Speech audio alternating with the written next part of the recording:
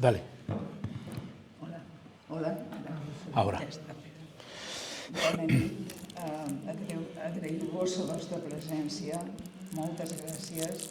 I primer demanar disculpes perquè en el muntatge que es va fer per anunciar aquesta intervenció vaig posar que Pedro era com es diu? Trini. No, mercedari. I no és mercedari, és trinitari. El que va sortir en el diari, el que va sortir en Jo he de demanar disculpas, també li he demanat disculpas a ell. Bueno, pues buenas noches. Hoy tenemos con nosotros al hermano Pedro Hernández, trinitario. ¿Padre o hermano? Padre. Pero entre nosotros nos llamamos hermanos, somos frailes. Nunca, y los superiores nunca eran superiores, sino ministros. El padre Pedro és trinitari, va estudiar teologia, naturalment, i criminologia, ja que com a trinitari fa feina a les presons, en aquest cas dues de Màlaga. Ay, estoy hablando en catalán. Tú no te preocupes, que el Espíritu me dará entendimiento para comprenderte. En este caso, no hay problema. Las dos de Málaga, que son Alauín y que sale mucho en la prensa del corazón por las Pantojas y compañía, y la de Archidona. Archidona, sí. Archidona. Yo le llamo Archialcatraz. Ay, vale, pues eso, Archialcatraz. Reminiscencias. Hoy, siguiendo las pautas que nos marca la diócesis cada año, este año se basar la formación de la diócesis en la bula del Papa, La esperanza no defrauda, y uno de los puntos que incide esta bula es sobre los presos. Por eso tener un compañero hoy aquí es una gran alegría, porque tener compañeros de la pastoral penitenciaria en Menorca cuesta y es difícil, porque están muy atareados y porque las distancias también sorprenden. Pues, ¿me dejas decir unas palabras de Sesma? Sí, claro. Somos hermanos también. Pues por eso. El padre Sesma fue el fundador de la pastoral penitenciaria en España. Ahora ya es muy mayor, ha venido a Menorca varias veces y fue el primero que nos enseñó la doctrina social de la Iglesia.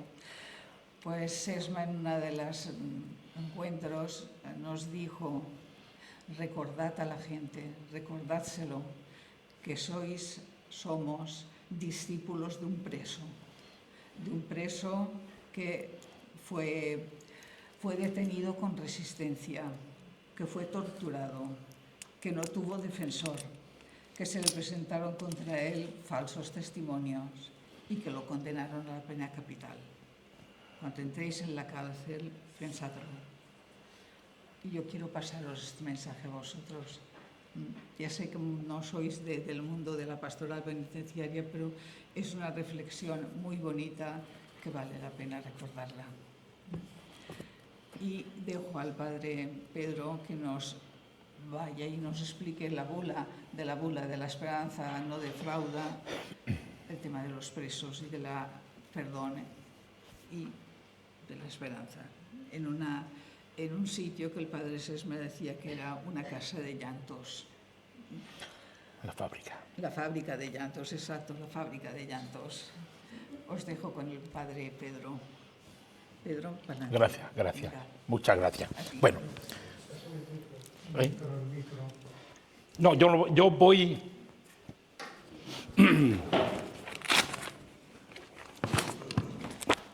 Bueno, no, todo este tocho está metido aquí. Bueno, este fue nosotros todos los... Bueno, en primer lugar, muchas gracias y gracias por la invitación, Isabel. Gracias, Bosco, porque realmente me siento acogido, me siento querido. Y para mí, pues visitar por primera vez las islas, pues hombre, para mí venir a Menorca y en este ambiente que es lo que uno respira como trinitario. Y ahora diréis, bueno, ¿y qué diferencia hay entre los mercedarios y los trinitarios? Vestimos de blanco. Los trinitarios llevamos una cruz roja y azul simétrica en el hábito blanco, o sea, en el escapulario, una cruz grande. Los mercedarios llevan el escudo de Aragón, con Jaime de Aragón. Bueno, pero fijaos, los trinitarios, pues fijaos, nacemos en la Iglesia en el año 1198. La primera orden fundada en la Iglesia, como orden.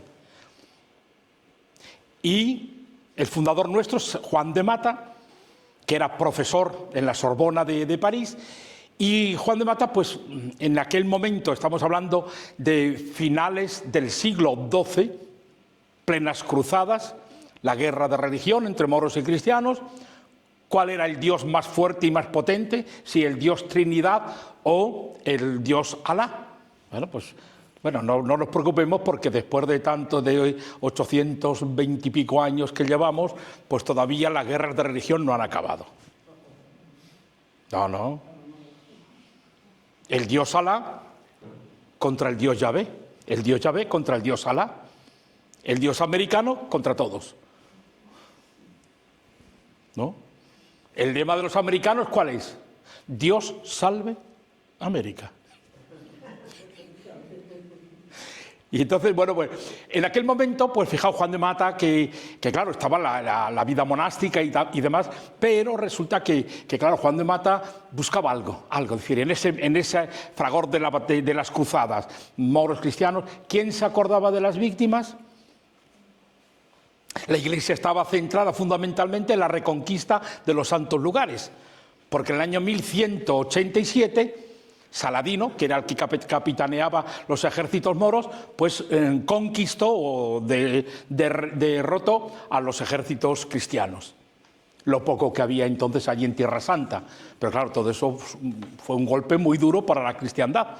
¿De qué manera? Pues ahí fue cuando nacen y surgen todas las órdenes militares, cuyo fin y cuyo objetivo principal era apoyar al Papa como católicos, apoyando para la reconquista de los santos lugares. Ellos también, las órdenes militares, pues tienen también, además salieron pues bastantes, como 8 o 10 órdenes militares.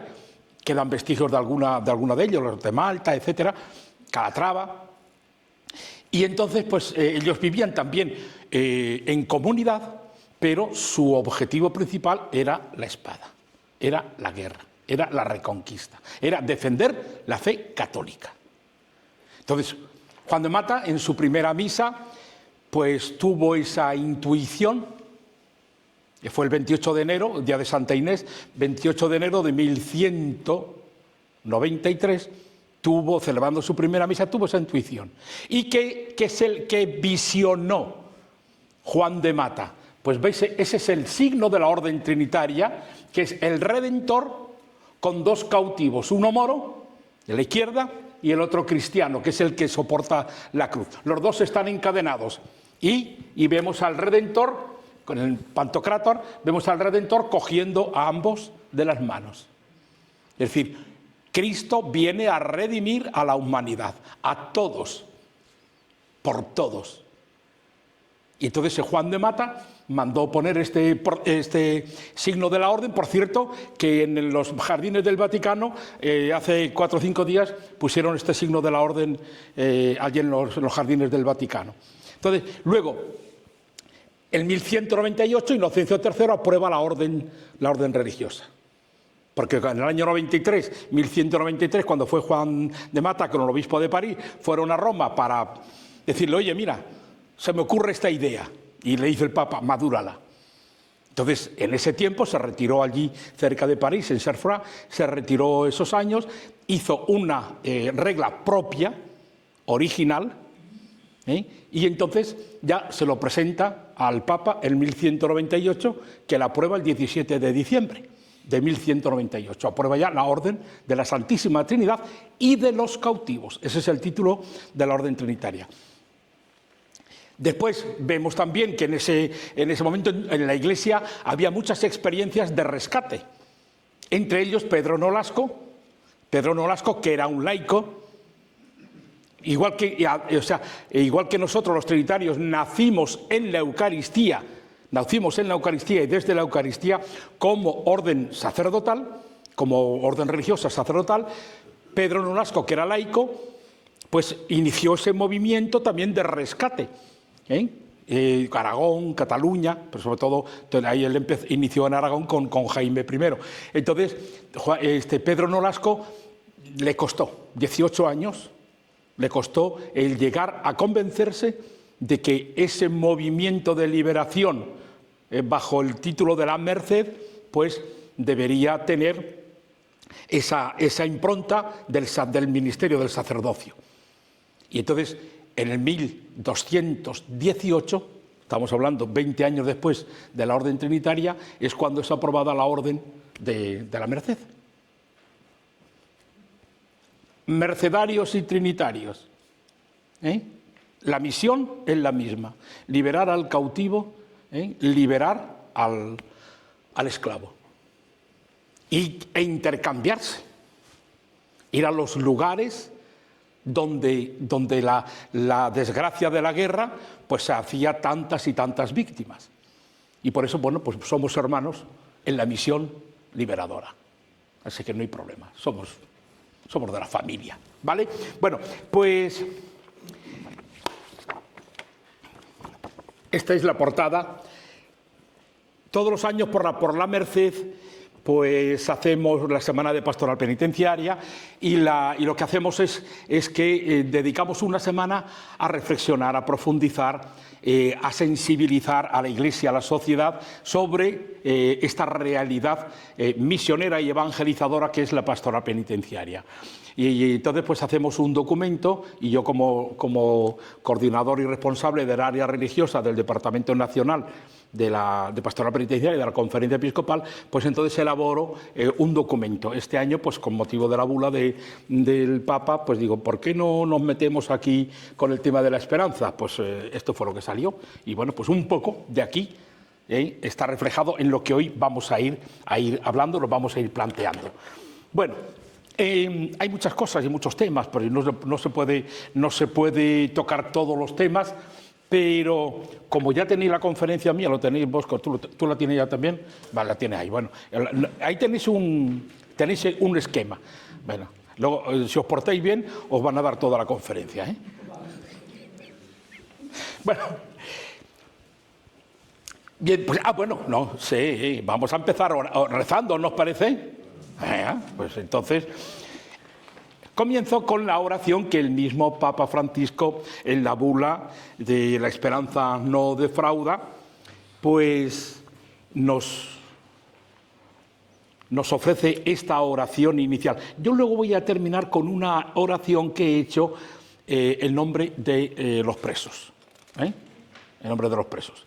Bien, esta primera oración del jubileo dice así: Padre que estás en el cielo, la fe que nos has donado en tu Hijo Jesucristo, nuestro hermano, y la llama de caridad infundida en nuestros corazones por el Espíritu Santo, despierten en nosotros la bienaventurada esperanza en la venida de tu reino.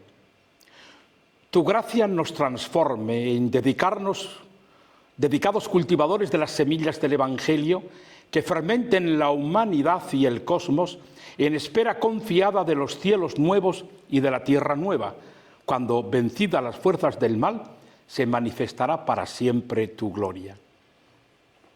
La gracia del jubileo reavive en nosotros, peregrinos de esperanza, el anhelo de los bienes celestiales y derrame en el mundo entero la alegría y la paz de nuestro Redentor.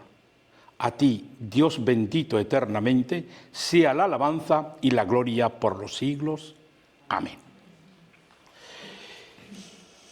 Bien, pues, desde la bula La esperanza no defrauda, o en latín diríamos spes non confundit, ¿no? Pero bueno, como en latín lo reservamos más para el interior, el clero, entonces, para que todo el mundo, la esperanza no defrauda, y ahí sí que no nos equivocamos. El Papa comienza en el número 1 de la bula diciendo: todos los hombres esperan. La esperanza está enraizada en el corazón de cada persona. Pero también hay, en el corazón de las personas, hay la imprevisibilidad del futuro a surgir, porque surgen siempre esos sentimientos, los sentimientos contrapuestos, el miedo, la desconfianza, el temor, la paz, la serenidad, pero al mismo tiempo está el desaliento. Tenemos certezas, vivimos certezas desde la fe, pero también muchas dudas. Entonces, el Papa lo que nos dice, ¿cuál es el objetivo principal? Pues precisamente que ante esta realidad humana de contrastes, podemos empezar a reavivar la esperanza. Y se apoya en el apóstol Pablo, dice la palabra de Dios desde la que encontramos nosotros el motivo para fundamentarnos en la esperanza.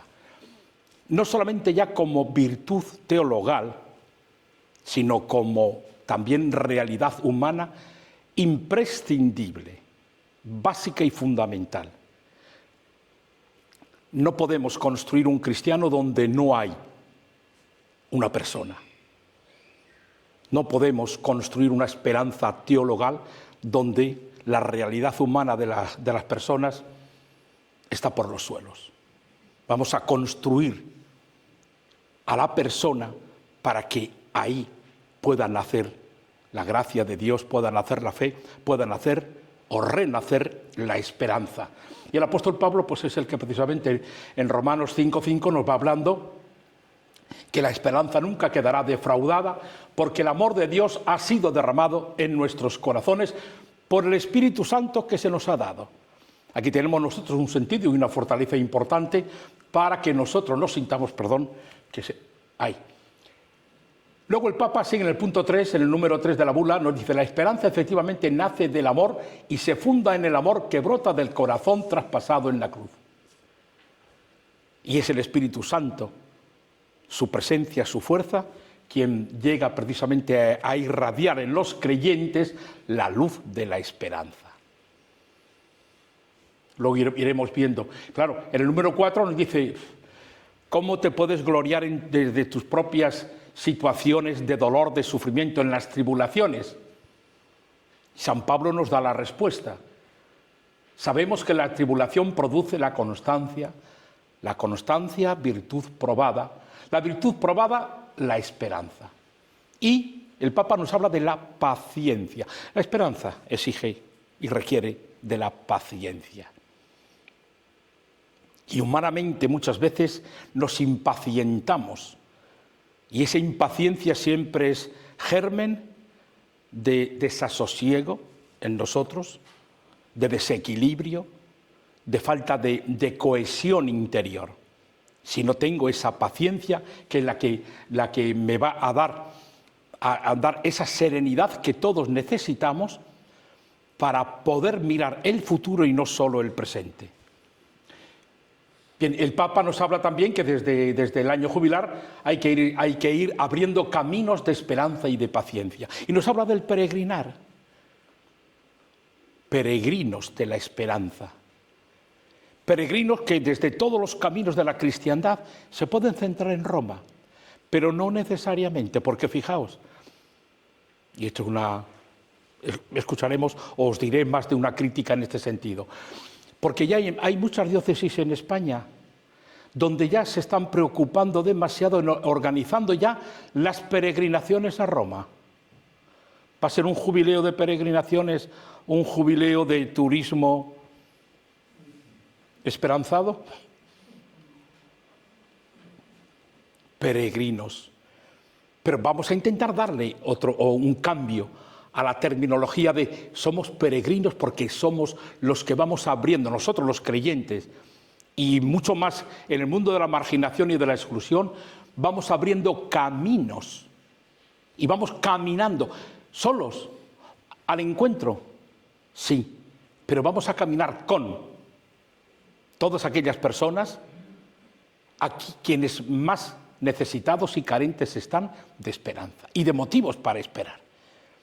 Y nosotros vamos a peregrinar, eso lo veremos también un poco al final. Bueno, Y ya se habla también, el Papa luego hablará de peregrinación al Camino de Santiago, etcétera, etcétera, ¿no? Es importante que nosotros tengamos un amor profundo por la esperanza. Por eso el título cuando puse abrazados a la esperanza, y sobre todo pensando en los presos, en los inmigrantes, en los que son machacados socialmente, destruidos. Pero también nosotros que somos portadores de esa esperanza, yo tengo que estar abrazado firmemente porque tengo que creerme lo que transmito, lo que comparto y lo que quiero llevar al corazón, no solo a la mente, sino al corazón de cada persona que más está necesitando de la esperanza. Y ahí estamos nosotros. Ahora bien, ¿qué es la esperanza? Pues fijaos según la definición que tenemos, es el estado de ánimo que surge cuando se presenta como alcanzable lo que se desea. Estado de ánimo.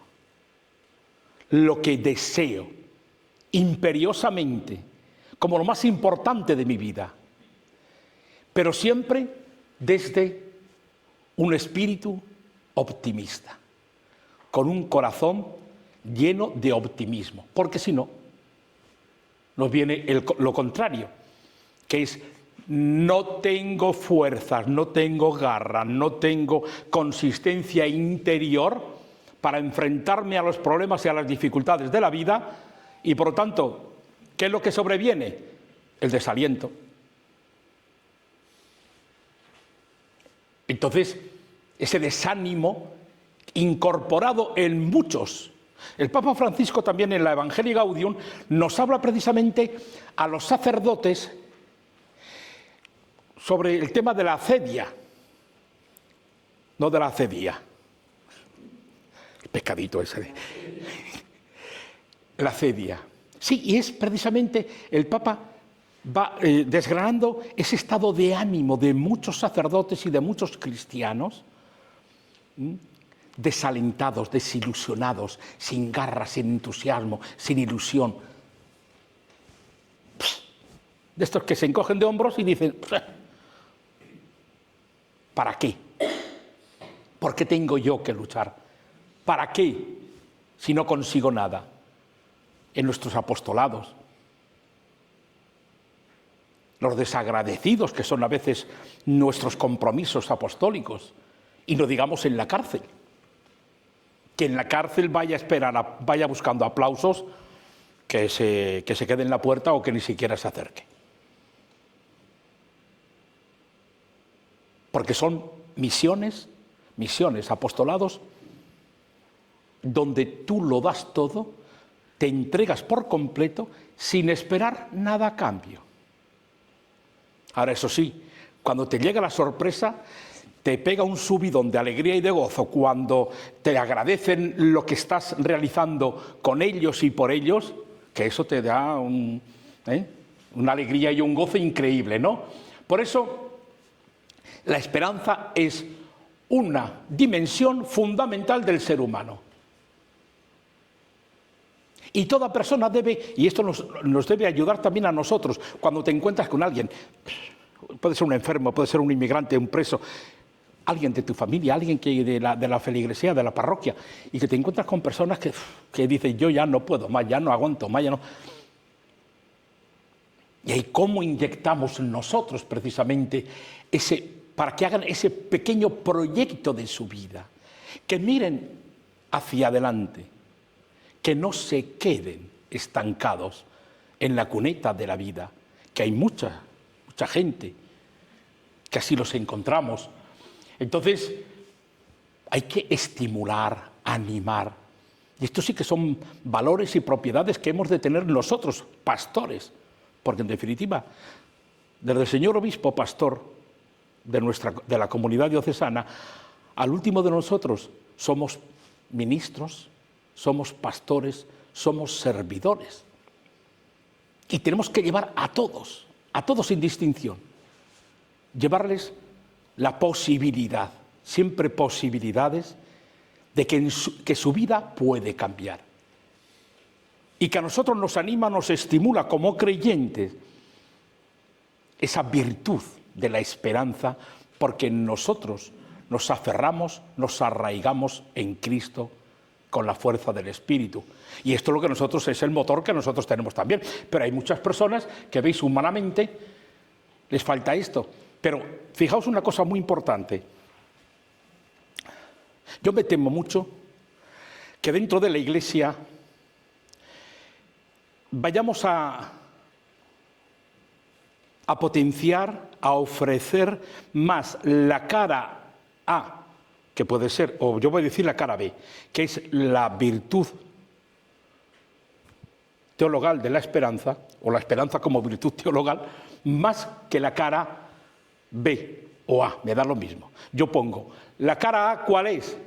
La esperanza humana. La cara B, ¿cuál es? La esperanza cristiana.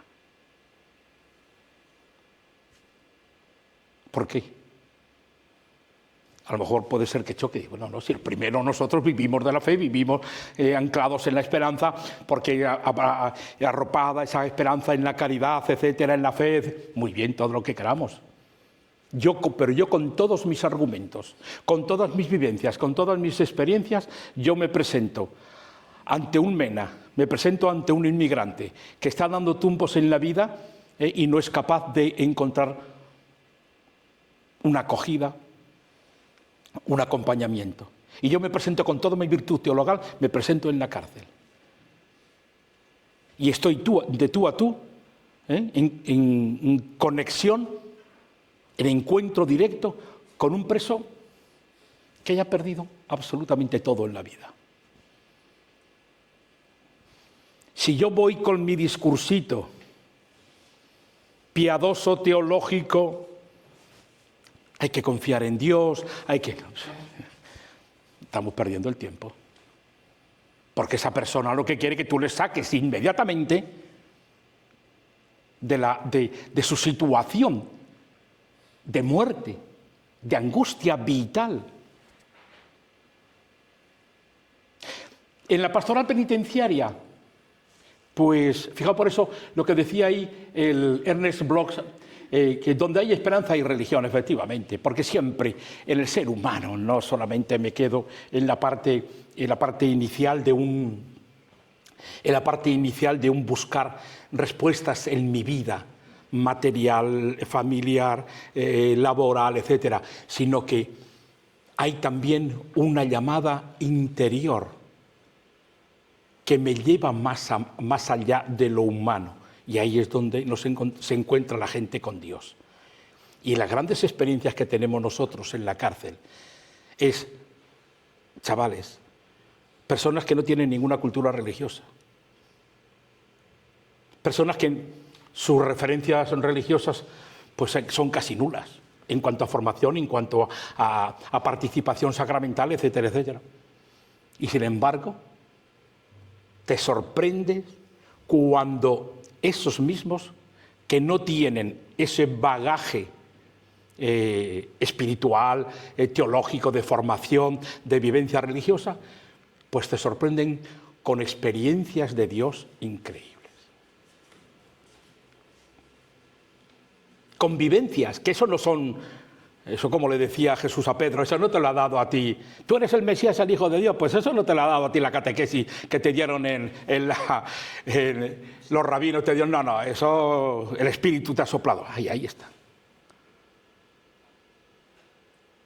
Y esto, para nosotros vemos que precisamente porque Dios está, no lo sé, si en el fondo está en el principio del proyecto humano, está en la realidad más íntima del ser humano, pero al final todos terminan, o algunos, ojo, tampoco seamos...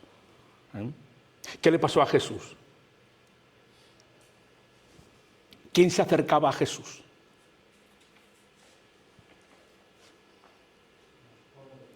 Claro, todos los pobres. ¿Cuál era la respuesta de Jesús? Mira, Maestro Jesús, Hijo de Dios, mira, cúrame la ceguera, ¿dónde? Mira, si quieres puedes limpiarme, mira Jesús. Claro, Jesús le diría, oye, ¿tú vas a la sinagoga los sábados o qué? Y además tú estás así porque eso es un castigo de Dios. Porque eres malo, porque eres pecador y Dios te ha castigado.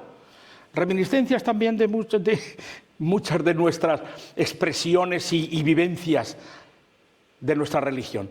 Bueno, pues no. Jesús va a sanar la esperanza truncada de esa persona, de esas personas. No les está hablando inicialmente de Dios.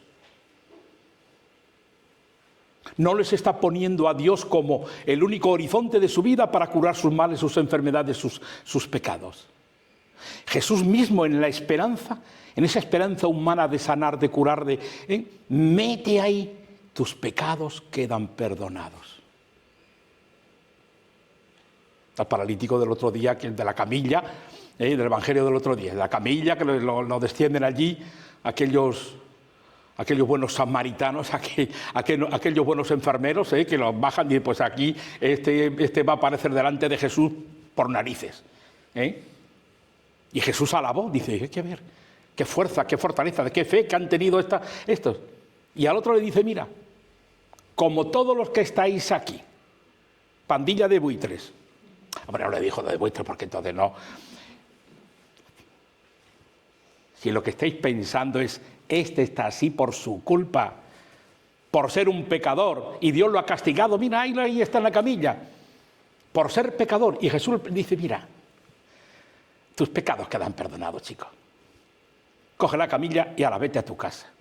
Dos acciones aquí, sí, coinciden esas dos acciones. La humana, la sanación física, pero también la sanación espiritual.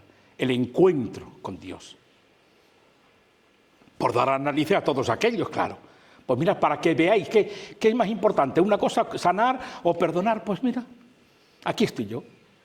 Y las dos cosas soy capaz de realizarlas. Vete a tu casa y vete dando gloria a Dios, que es lo que hacía todo el mundo. Primero Jesús inyectaba la esperanza humana, les sacaba de la miseria, de la opresión, les introducía de nuevo en la sociedad, verdadera reinserción. Iros al sacerdote y a los sacerdotes y que os den de alta y tal y que cual. Después de esa experiencia de las personas machacadas, hundidas, aquel de la piscina de Siloé, se lleva aquí ya 30 años y a mí nadie me da el empujoncito para pegarme el baño. Bueno, pues ese ya lo tenía todo perdido. Nadie me da el empujón. No tengo a nadie. Y Jesús lo sana. Y como en tantos y tantos momentos de la vida de Jesús, ¿qué hace la gente? Algunos, no todos. ¿Qué hace la gente? Cuando ven que alguien se ha preocupado, que le ha revitalizado toda su realidad humana, que le ha devuelto a la familia, le ha devuelto a la sociedad, le ha devuelto al templo, entonces es cuando viene la fe, la experiencia de Dios. Viene después. Viene después.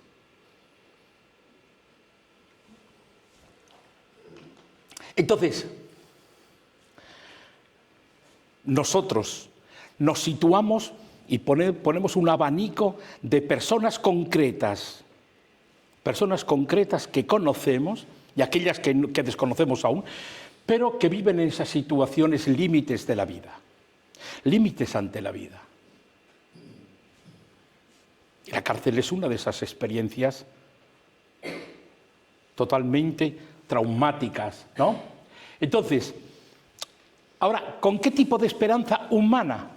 Claro, nosotros como creyentes, pues tenemos también ese regustillo que nos da la fe, como es lógico, y esas experiencias personales nuestras. Bueno, pues aquí lo importante, ¿para qué sirve? Porque siempre decimos, bueno, ¿y para qué hacemos las cosas? ¿Para qué como sacerdote? ¿Para qué como catequista? ¿Para qué como miembro de la pastoral penitenciaria? ¿Para qué yo voy? Si es que eso es predicar en el desierto, si es que eso no merece la pena, si es que no. ¿Y cuántos de nosotros se vienen abajo, se hunden también, desilusionados por el fracaso? Entonces tenemos que ir con el que... ¿Para qué sirve la esperanza? Fijaos, es Jesús cómo devolvía la alegría, la sonrisa. Alguien importante, Dios nos ha visitado. Pues cuando Jesús era capaz de hacer sonreír a la gente, devolver esa alegría, la capacidad de que la gente pudiera soñar en un futuro con la familia. Fijaos aquellos leprosos, aunque solamente uno, ¿ves? Uno respondió, los otros que eran los judíos, los de casa, y sin embargo solamente un samaritano respondió. Pero hacer soñar a la gente con realidades concretas, no con sermones vacíos, que en esto nosotros somos muy especialistas, los curas somos especialistas, y los cristianos siempre vamos dando unas recetitas más maravillosas que no, que te vean. Que lo bonito cuando entras en la cárcel, por ejemplo, que entras en la cárcel y entras con esa sonrisa, con esa alegría, con ese saludar, dar la mano, dar un abrazo, dar un beso, preguntar cómo estás. Son detallitos, pero que están reflejando toda una profundidad de una vivencia de sentido humano y al mismo tiempo divino de la vida. También la esperanza está escondida o manifestada en la oración, en el rezar, porque somos capaces de fortalecernos y de invitar a otros a que se fortalezcan. No solo con un Padre Nuestro, un Ave María, no. Siente a Dios en este momento. Y esta noche en el Chabolo, cuando estés que el insomnio puede contigo, piensa, siente. El que no, piensa, siente. ¿Qué es lo que hay en tu interior? Reza de esa manera. Que se sientan personas capaces también de poder confiar en otras personas. Hay una frase muy manida entre nosotros, que es decir, es que los pobres son desconfiados. Eso lo decimos mucho. Que la gente es muy desconfiada. Es que si después de estar recibiendo tantos palos, ¿se van a fiar de ti porque tú vengas con palabras bonitas? No. La confianza decimos que se gana. Pero yo tengo que ganarme esa confianza con los pobres, en el encuentro con los pobres. No con estructuras hechas, con formas o formatos de relación de encuentro o formalismos de vamos a hacer algo por ti. Vamos a hacer algo por ti. A ver qué puedo hacer por ti. Esas son frases que las repetimos constantemente. Y yo creo que no está bien. Yo por ti no puedo hacer nada.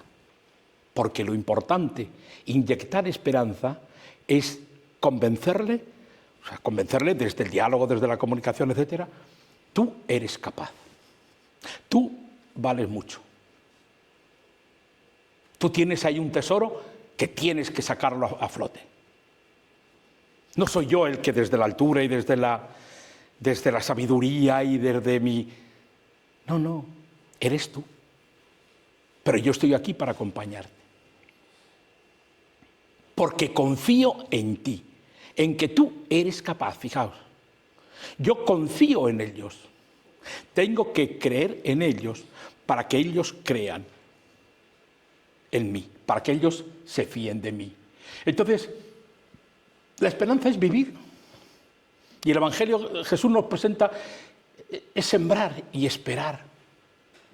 Comprometerse y esperar. Dar, entregarte y esperar. Sufrir también y esperar. Es sembrarse y esperar. Es morir. A veces hay muertes nuestras que son necesarias para mucha gente. ¿En qué sentido digo la muerte? Por ejemplo, en el silencio. somos muy dados a darle al palique. Pero no guardamos silencio, porque yo tengo que escuchar el silencio del otro. Tengo también que escuchar el ruido de sus lágrimas, que son silenciosas, sí, pero lo tengo que escuchar. Y lo tengo que escuchar desde mi silencio, porque no tengo todas las respuestas, porque no tengo todas las soluciones, porque no tengo nada. Lo que tengo es dado, es regalado, es donado por el Espíritu. Lo que gratis has recibido, nos dice Jesús, tienes que darlo gratis. Por lo tanto, es eso, esperar, sembrando mucho. Y con miedos y con angustias y con desilusiones a veces y con... Bien, pero sobre todo nosotros, por ejemplo, esa esperanza me sirve a mí para que yo me refuerce interiormente y vaya descubriendo la acción del Espíritu en mí. Porque para que yo me convenza que yo puedo seguir haciendo mucho con los hermanos privados de libertad, con los hermanos inmigrantes, hacer con ellos, no para ellos. Aquí yo, por lo menos yo lo planteo desde la experiencia de vida que te da el hecho de que muchas veces empiezas ahí, te comes el mundo, tú vas a dar la respuesta, tú te traes la salvación aquí a la cárcel, tú hay voluntarios a veces y capellanes. No, porque yo voy con la Biblia, la palabra de Dios, yo les llevo a Dios a los presos. Y yo digo, ¿eres un cantamañanas? ¿Cómo que tú vas a llevar a Dios a los presos? Si Dios está encarcelado, si Dios está allí. Lo dijo Jesús, no lo digo yo, lo dijo Jesús. Cuando me visitaste en la cárcel, cuando me acogiste cuando era un inmigrante, tú me lo estabas haciendo a mí. Luego Cristo está en la cárcel, Dios está encarcelado. ¿Cómo que yo voy a llevar la palabra de Dios? Yo llevo la palabra de Dios. La palabra de Dios ellos la tienen con mucha más frescura, más riqueza que tú, porque no la tienen viciada como tenemos nosotros. Las interpretaciones de la palabra de Dios muy acomodadas a nosotros. Ellos la viven con total limpieza y pureza, que por eso nos sorprende, como os decía antes, nos sorprende a veces tanto. Esas expresiones, esas vivencias. Digo, ¿esto cómo es? Os voy a contar luego una anécdota. Una anécdota que no es una anécdota, es algo. Bien, 10 galas de la niña Alegría, digo, de la niña Esperanza.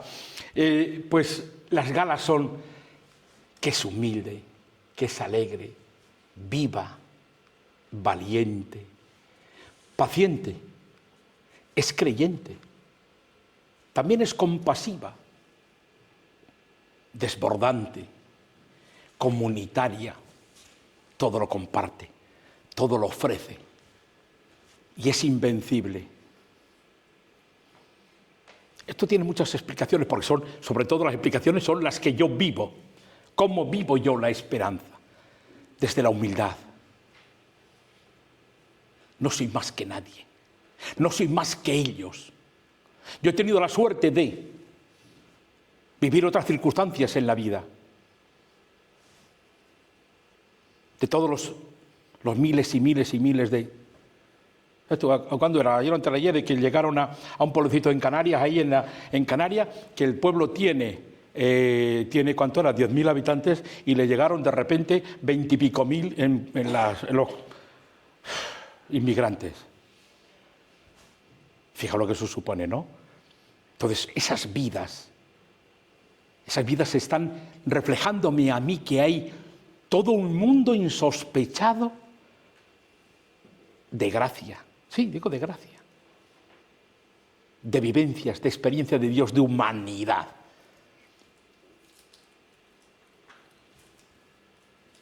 La niña Esperanza, una de las galas es también la humanidad. No la tengo puesta ahí, pero se me ha ocurrido. La humanidad. Cristo primero anunció a Dios y luego anunció el humanismo o la humanización? Aquí nos debatimos. Primero el Evangelio, primero evangelizamos. ¿Y cuando humanizas? ¿Cuándo humanizamos? A nuestros jóvenes, los que vienen a confirmación, ¿no? Ya los jovencitos, los que llevan ya 8, 10 años, 15 años sin pisar la iglesia. Vienen a nosotros, les proyectamos nuestros esquemas, nuestros temas perfectamente teológicos, bien estudiados, los sacramentos de la iniciación, etcétera, etcétera. Pero oye, ¿cómo está su calidad humana? ¿Cómo están sus valores? ¿Cómo está su ética? ¿Cómo está? Y te encuentras con que están por los suelos, por los suelos. Entonces, ¿cómo voy a construir yo un cristiano donde no hay una persona? La humanización. Jesucristo fue humanizando, dignificando, sacando de la cuneta a la gente. Incorpórate con nosotros. Y el ciego le seguía por el camino. Vente con nosotros.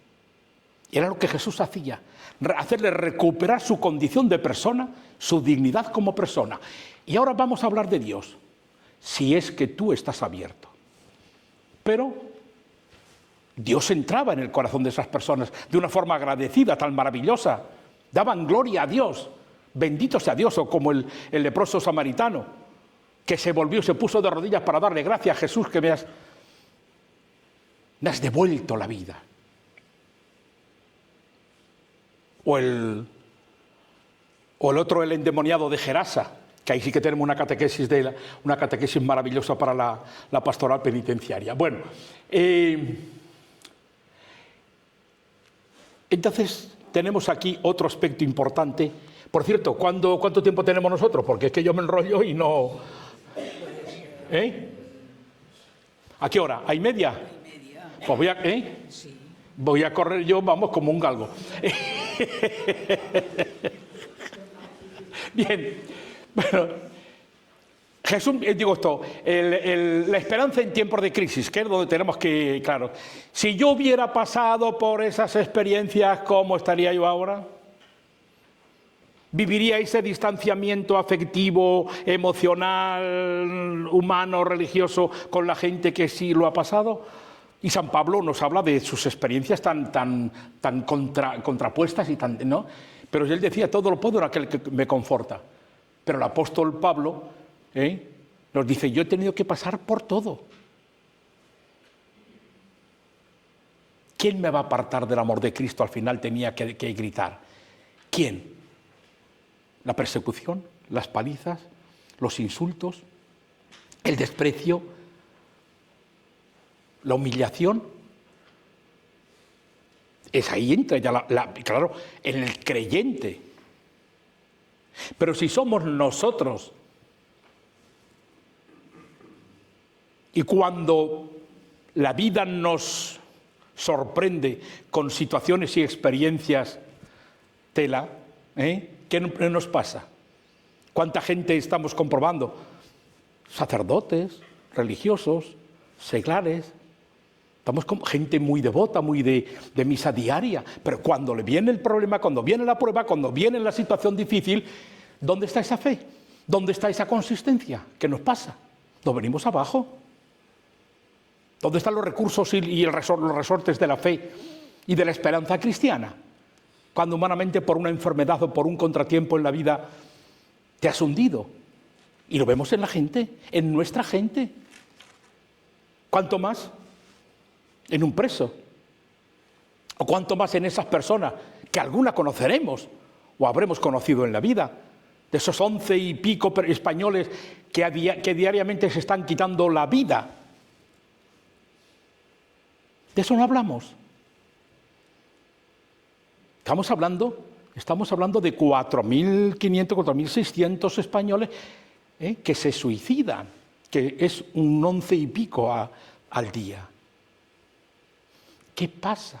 ¿Qué les pasa? Y nosotros, ¿cómo pasamos sin enterarnos?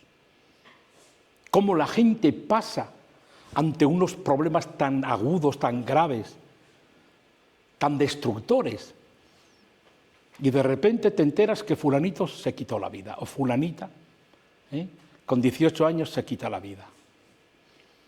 Y estamos hablando de una población juvenil de 15 a 27, 28 años.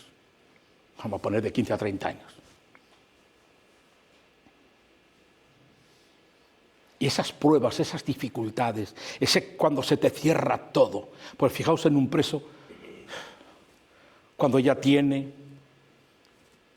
todo, se encuentra encerrado, sin horizontes, sin perspectivas de futuro.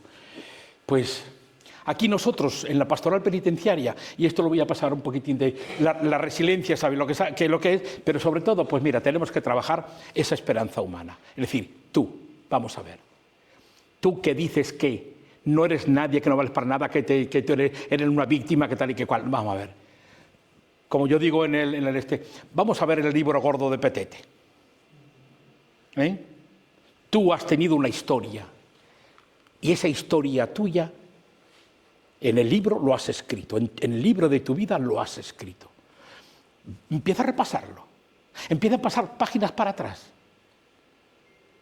Y lee también esas páginas en blanco que tienes, muchísimas a lo mejor en tu vida. Pero empieza a descubrir lo grandioso que tú eres, las grandezas que tú tienes en tu corazón. Esa es la resiliencia. O sea, hacerle ver al chaval o a la mujer, hacerle ver que tiene en su corazón un tesoro increíble,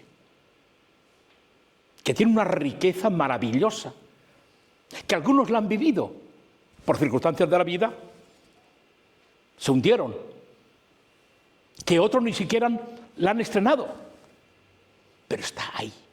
Y nos toca a nosotros, con mucha paciencia, con mucha humildad, con mucho amor, con mucha caridad, con mucho de todo, con muchos silencios también, y con mucho a veces tirarte de los pelos por impotencia, pero tienes que estar ahí y animarle, estimularle, hacerle ver que descubra toda la riqueza que hay en su interior. Habrá quienes, por supuesto, claro, te encuentras con personas que tienen todavía un aire y una cierta dosis de optimismo, ¿no? De positivismo en la vida. Pues sí, pues puedo, pues mira, yo me quité de la droga, la cantidad de veces que han recaído y miles de veces, pues bueno, no pasa nada, no pasa nada. Nuestra terapia, ¿cuál es? La terapia de la paciencia, de la humildad, del aguante, del abrazo, de tal, ¿no? Como aquella religiosa en Sevilla que entraba y que veía a uno que había vuelto a la cárcel y el primer saludo era darle un tortazo. Digo, pero acá de aquí, ¿otra vez? Pues no. Sí, era la terapia de la monja. Bueno, pues... Y tenemos que sacarle, porque lo tienen dentro. Lo llevan dentro, ese tesoro, a la búsqueda del tesoro escondido. Tenemos que ayudarles, tenemos que estar ahí también. ¿Y cómo hago? ¿Y qué hago? ¿Y qué no? Bueno, pues paciencia, siéntate con él, reza con él, llora con él, espabilate con él y dile, vamos a ver, vivencias tuyas, experiencias tuyas, momentos tuyos maravillosos y tal, no todo es negativo ahora. Entonces, claro que si ya es un ceporro pesimista, pues ¿qué vas a hacerle? Ya no haces nada. Ahí sí que tienes que tener paciencia y esperar, bueno, tiempo al tiempo. Hasta que él... Pero, como decíamos antes, la esperanza es sembrar y esperar. Y que te vean. Los presos, por ejemplo, son grandes psicólogos. Sí, somos buenos psicólogos. Y nos estudian perfectamente y saben cuáles son nuestros puntos débiles. Y lo bonito es que a veces te ponen a prueba hasta a punto de reventar. Eso me ha pasado. Y en momentos muy difíciles. Yo llevo de capellán desde los años 80. O sea, desde el año 80 entré de capellán en Carabanchel. O sea, que llevo ahora 44, ¿no? 44 años. Y en momentos muy difíciles, porque entonces teníamos a los etarras, teníamos a los grapos, teníamos a... Y eran situaciones y eran vivencias y eran experiencias muy convulsas para mí. Entonces, aprender de ellos también. Que ellos luego también nos dan lecciones en cuanto a la esperanza, a saber esperar, a tomarse la vida como ese tiempo hacia el infinito casi. Nosotros somos muy acelerados y queremos rápidamente que la conversión, por ejemplo. Luego hablaré un poco el tema de la conversión. Bueno, si me da tiempo. Vale, pues ya está. De esto lo pasamos. En los recursos nuestros, pues bueno, aquí tenemos el diálogo, el acompañamiento, potenciar, como decía, todo lo positivo, todo lo alegre, todo lo que han vivido, bonitas experiencias familiares, personales, laborales, de todo. Sacarle, meter ahí en las entrañas y sacar todo el paquete de las entrañas, ¿no? del corazón, sentimientos, todo, las tripas. Todo lo que esa persona ha vivido, ha sentido, y que ahora sepa precisamente situarse en este momento presente, que no es el más destructor seguramente de su vida, para lanzarse al futuro. Esto es lo importante, para mirar de cara al futuro. Entonces, hacer un proyecto de vida es muy importante también, su proyecto de vida, con pequeños detalles, pequeñas cosas. La droga, si es que me quité de la droga. Bueno, pues mira, un pequeño detalle. Hombre, no vayas como los cerdos. Es el ejemplo de los cerdos. Van hociqueando el patio a ver si pillan alguna colilla de algún porro. Entonces, empieza por ahí. Vence ese momento. Y no solamente ellos, que decimos, ellos no, y tú me voy a quitar de fumar, me voy a quitar de tal y que cual, y sin embargo ya estás echando mano del cigarro otra vez, ¿no? Pero bueno, eso nos pasa a todos porque también es una debilidad muy humana. Pero, por ejemplo, empieza pequeños detalles. Tu proyecto de vida son pequeños detalles. Que tienes muy mala leche, que te levantas por la mañana y todo lo que no has podido dormir durante la noche, todo ese insomnio que has tenido, todo eso esos sueños tan raros que has tenido, que te levantas con ganas de comerte al funcionario en cuanto abre la puerta, que te levantas con ganas de llamarle de todo al compañero, o de mirarle, o de retarle, Pues en ese momento controla, sencillamente controla un poco. Empieza a ver que tienes un nuevo día para ser distinto, para hacer otras cosas. Un nuevo día, aprovéchalo. Pequeños detalles. Pero empieza a proyectarte, empieza a hacer tu propio proyecto de vida, ¿vale? Y luego también hay cosas muy difíciles, buscar apoyaturas humanas en la familia. Hay rupturas que ya son casi insalvables, no son imposibles, para Dios no hay nada imposible. Pero ahí también tenemos que estar ahí, porque con el tiempo, lo que parecía insalvable en la ruptura con la familia, por ejemplo, se puede llegar a conseguir. En algunos se consigue, con la paciencia, que todo lo alcanza. Bueno, ¿qué más cosas tenemos? Bueno, compartir dones, en recursos interiores, espirituales, psicológicos, talentos, habilidades, es decir, y nosotros estamos ahí para compartir. Mira, yo no soy un profesional, ni de la teología, ni de la psicología, ni de la pedagogía, sencillamente, desde mi propia pobreza, desde mi propia limitación, yo lo que hago es compartir esto contigo.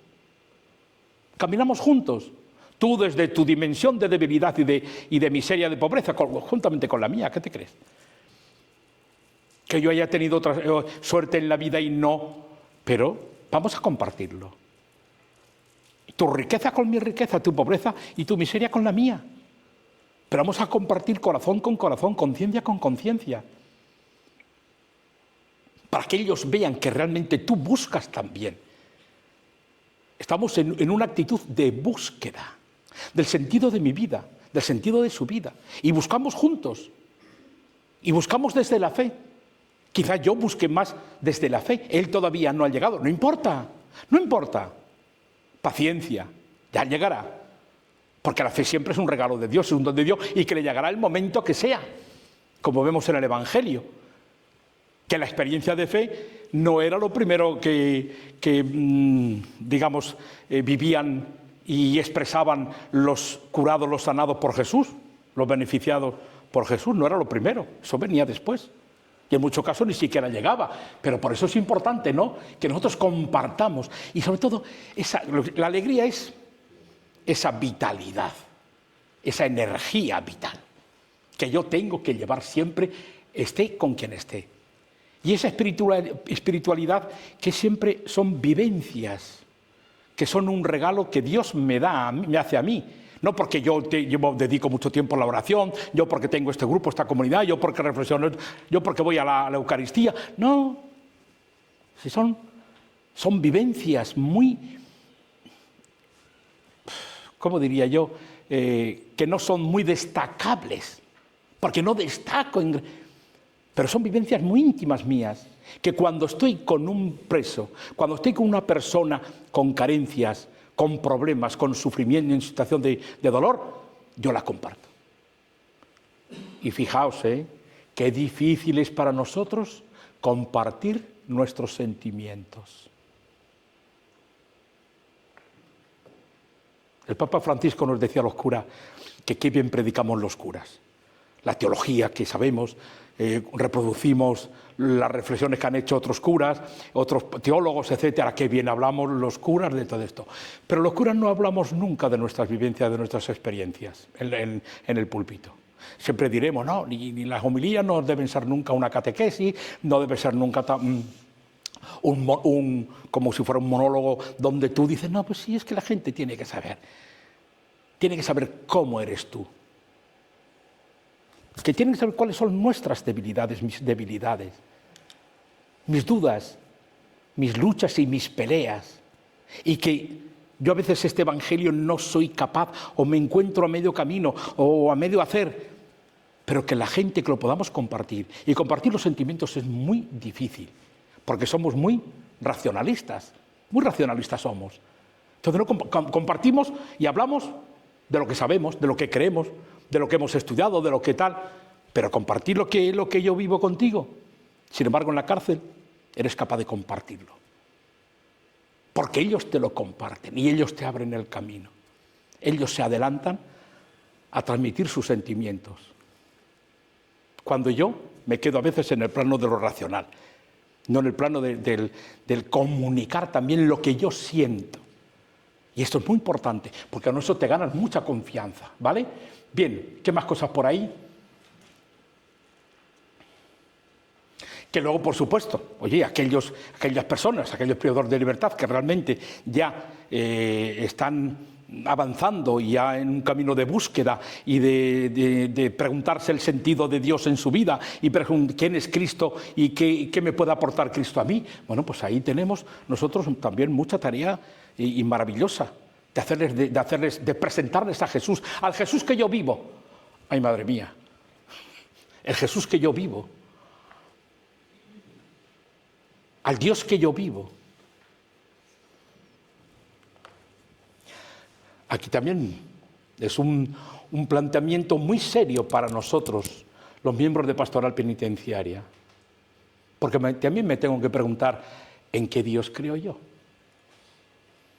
¿En qué Cristo estoy yo creyendo? ¿Mi fe es racional o es una vivencia y una experiencia profunda?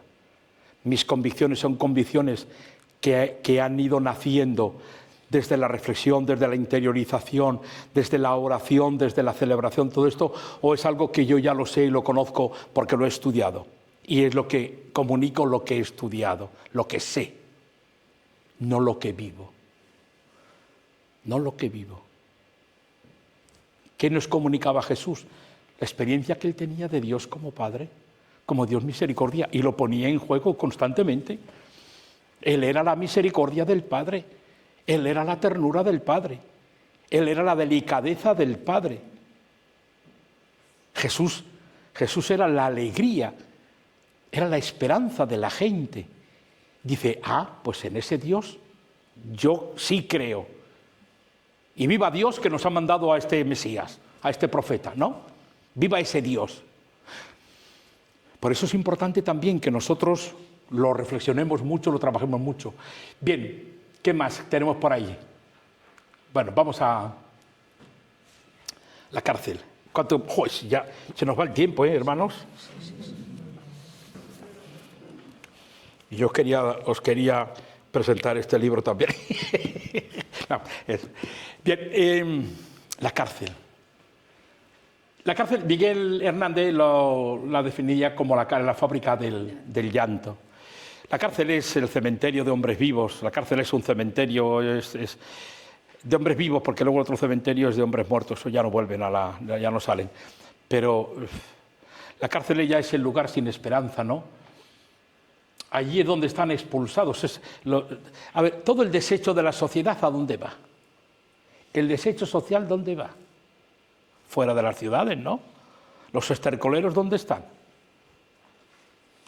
Y los estercoleros los reciclan últimamente. A los presos no. Reciclar significa poner toda la carne en el asador para reinsertar, para humanizar, para reconvertir a esa basura que tú has metido en la cárcel, porque para los políticos y para muchos jueces el delincuente es una basura, que cuanto más los alejemos de la sociedad y más lejos de las ciudades, mucho mejor. Durante un tiempo que se queden ahí. Claro que se quedan algunos, claro, está, pero ¿quiénes van a la cárcel por lo mismo? Los de siempre, los pobres. Los políticos que se preocupan todos los días lo mismo. La sociedad del bienestar, este es nuestro objetivo fundamental. Oye, ¿y la sociedad del malestar que la están creando ellos? Sí, la crean ellos. La sociedad del malestar no viene así por arte de gracia. Porque se genera desde estructuras de injusticia. Fíjate que no tenemos injusticias en el poder legislativo, poder político, poder judicial y penal. Fíjate que no tenemos. Y luego se va al penitenciario, pues nos pasa lo mismo.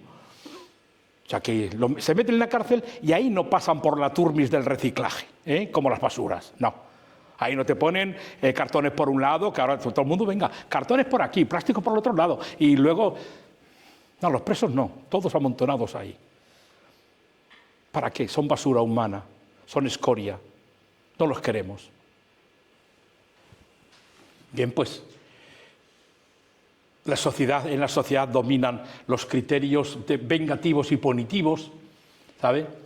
¿Qué significa esto? Pues que cuando el ser humano no importa para nada, cuando no importa el ser humano no nacido, cuando no importa para nada el ser humano nacido pero en condiciones indignas, infrahumanas, etcétera, o cuando nace con carencias y deficiencias humanas, físicas, psicológicas, etcétera, o cuando el ser humano ya está en la decadencia de la vida, cuando pues estos que son también hacen mucho daño a la sociedad y pues vamos a apartarlos. Y tenemos el aborto y tenemos la eutanasia y tenemos la cárcel, cementerio de hombres vivos, donde, como no se hace ese proceso de reinserción, pues van a salir de la cárcel peor que como entraron, porque la cárcel es una fábrica no solamente del llanto, sino de la deshumanización, de la desestructuración humana, física, psicológica, mental, de todo, y espiritual, del ser humano que entra allí. Entonces, cuando sale mucho peor que cuando entró. Eso es un problema serio. Entonces, para nosotros también es signo de que esa sociedad está enferma. Y es una sociedad criminal, Sí, porque la sociedad, los políticos y demás están cometiendo crímenes, delitos muy graves. Moral, penal y penalmente. Y socialmente, claro está. Lo estamos viendo. La ley de la amnistía. A los míos los arropo para que no caigan en las redes de la justicia. Cuando un delincuente común, a la cárcel, juicio rápido, un mes y está condenado. Ahora para averiguar y estructurar la acusación definitiva para el juicio de determinados políticos o de los que están ahí arrimados a los políticos. En Andalucía, pues fijaos, lo que había 400 y pico encausados por los seres en Andalucía. Le venía contando. ¿Sabéis cuántos han sido condenados? 2. Bueno, 3, perdón. 2 expresidentes, Manuel Chávez, condenado a inhabilitación política, no sé si eran 7 o 10 años, no me acuerdo. Griñán, condenado a 6 años o por ahí, ha indultado ahora con el tema de la amnistía, amnistiado, no indultado, sino amnistiado totalmente. Y el único que entró, fijaos, la gracia y el salero de nuestra sociedad y de nuestra justicia. El único que entró fue el conductor de Francisco Javier Guerrero, que era el director de trabajo y todo esto, que fue el que creó, bueno, pues fue el Ábalos de hoy. Entonces, en aquella época, en los seres, era el Ábalos de hoy. Bueno, pues ese señor estuvo 2 meses en la cárcel, falleció, un hombre con 50 años, o sea, no era muy mayor. Este era el famoso de las rayas de coca y los gin tonic, que era famoso. A mí tuve un momento de coraje allí en Sevilla, cuando me dice, yo padre, ahora lo que me gustaría era estar tomándome un gin tonic, que digo, y con una rayita, ¿no? Porque si no, a ver, se me subió, que menos mal que me controlé, que si no. Bueno, pues el único fue condenado fue el conductor, que fue el que denunció toda la trama, a 6 años de cárcel. Ya cumplió la condena en Sevilla, ya cumplió la condena. Fijaos lo que nuestra justicia. Pedro, tienes que... Ya voy. Es que yo me enrollo tanto que bueno. ¿Qué más cosas tenemos por aquí? Bueno, la cárcel es un infierno, ya lo sabemos.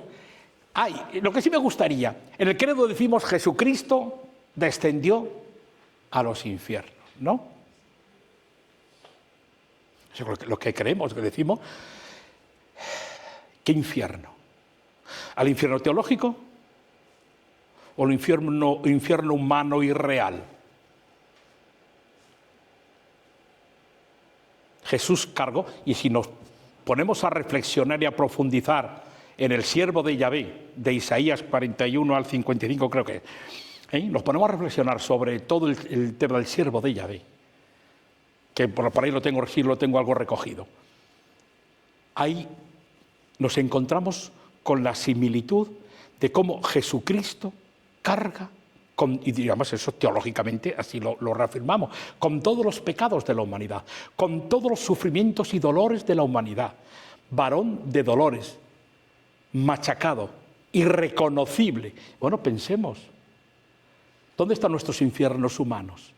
Que Jesús pasó por muchos de ellos. La cárcel, fue encarcelado, pasó por la cruel tortura de los 40 latigazos más uno, a todo el proceso penal, todo el proceso de destrucción de su humanidad hasta la cruz. Y pensemos, el infierno, por ejemplo, ¿habéis visto imágenes de las cárceles de Siria cuando liberaron a los encarcelados? Hemos visto imágenes de la guerra de Israel, imágenes de la guerra en Ucrania.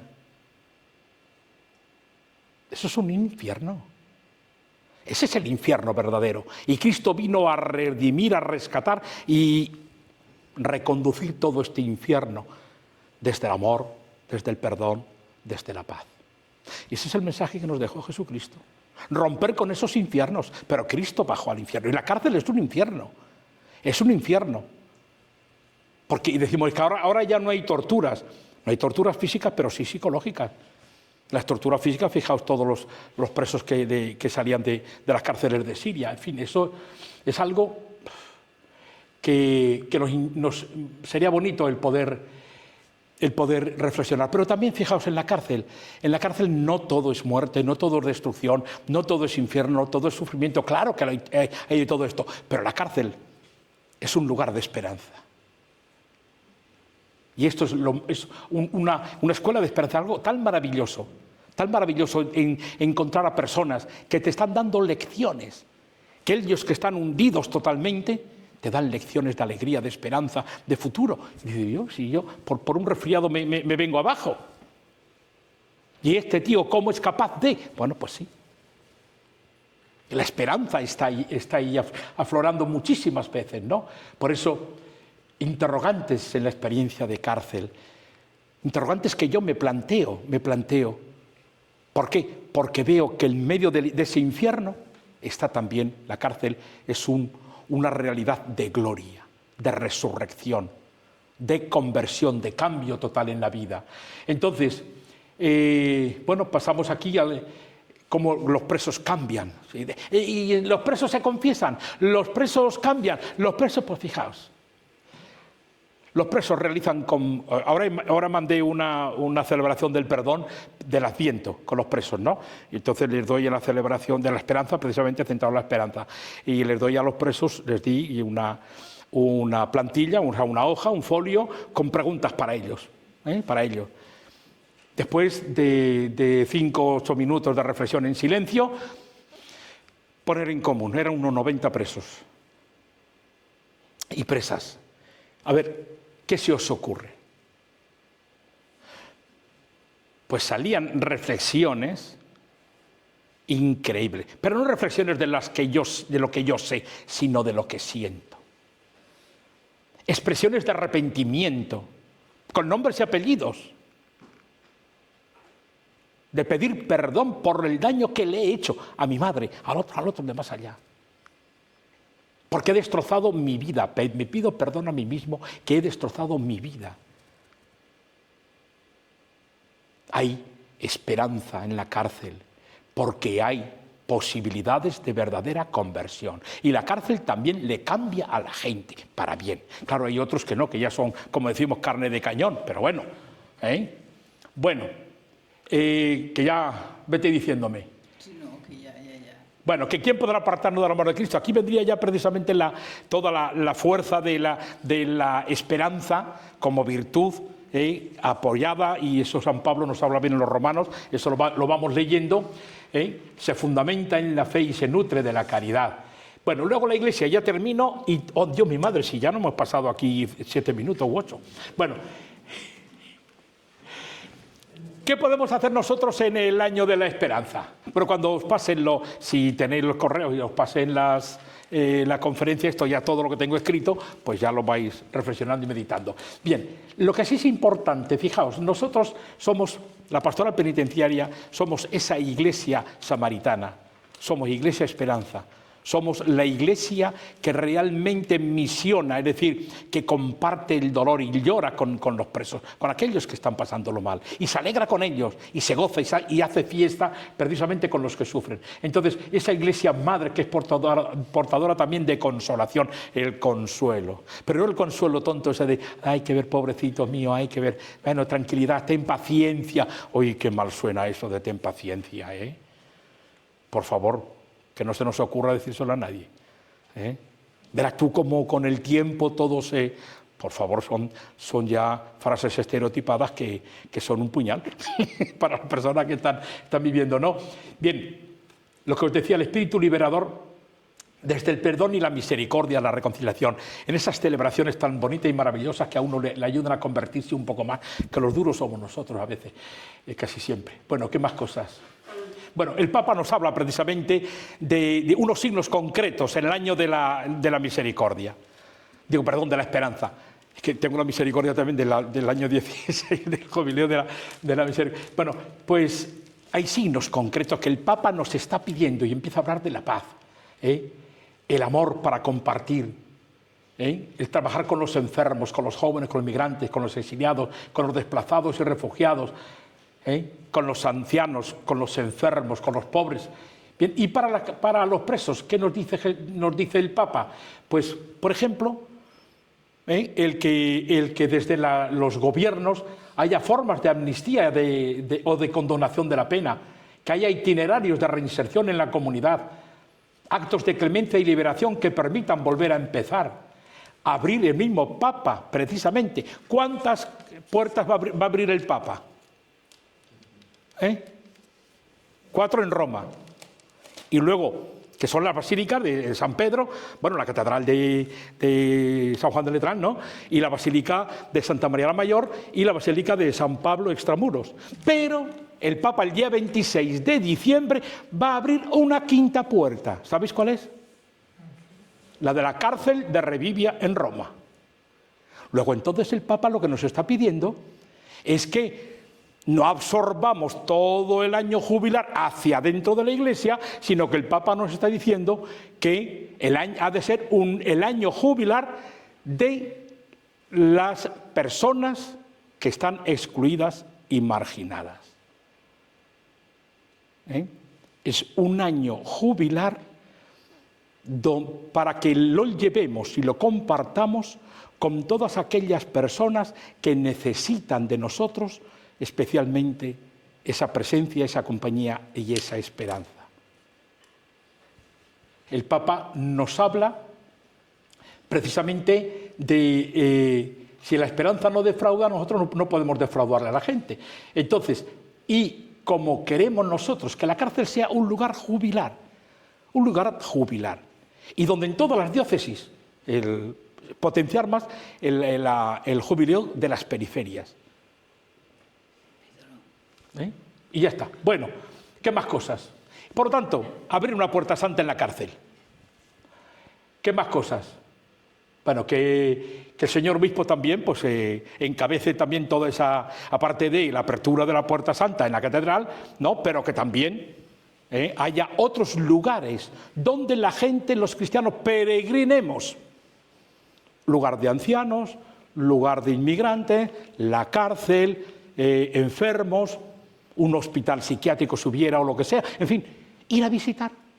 Nosotros, por ejemplo, una de las propuestas que tenemos es en Málaga, es durante este año, aparte de la apertura y clausura de la Puerta Santa, ya veremos cómo y tal, pero vamos también durante el año a hacer unas 4, 5 o 6 celebraciones durante el año con los internos y con cristianos de fuera. O sea, que vayan a la cárcel a peregrinar, que se ganen el júbilo allí. Y a veces somos muy ambiciosos. Vamos a ir a Roma para ganar el jubileo. Y uno era tan pesimista, que no ganó el jubileo, lo empató. Bueno, pues ya está. Bueno, y María, ¿qué vamos a decir? María de la Esperanza. Venga, lo más bonito. Ya, ay, Señor, perdonadme.